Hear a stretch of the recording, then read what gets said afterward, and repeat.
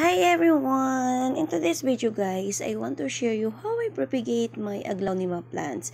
Ito guys, yung aglaonema is ma-recommend ko talaga or ma-recommended ko para sa mga new beginners na plantita dyan. Si aglaw ay sobrang dali niyang alagaan. Huwag lang natin siyang paarawan kasi mabilis masunog yung kanyang dahon. Ang mangyayari sa kanya is dito lang siya sa malilim na area, maliwanag, mahangin. Huwag lang siya ilalagay sa mainit na area. Si aglaw pala guys, isa ding swerteng halaman ayon sa pungsoy.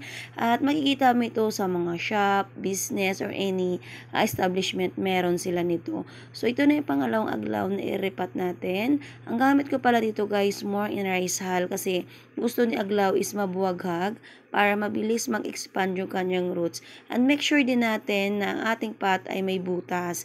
Kasi sa aglaw maselan siya. Kapag nababad sa tubig, hindi natin napansin na hindi pa at wala palang butas yung pot, mabubulok ang ating aglaonema roots. So, ang nangyayari, mamamatay siya.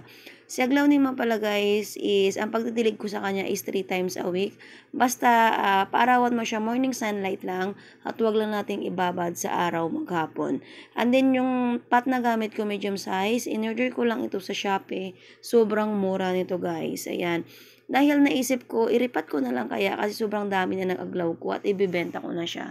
Ito pala guys is, ginawa ko is, bago yung pot, as in binili ko siya para kapag nabili na aking customer ay pwede na niya agad i-display at hindi niya na iripat pa. Kasi merong mga customer na bumibili na namamatayan sila ng plants dahil sa maling way na paglipat nila or pagripat nila ng plants. So, ito na lang yung way ko para mapapadali sila at malagaan nila yung plants na galing din sa akin.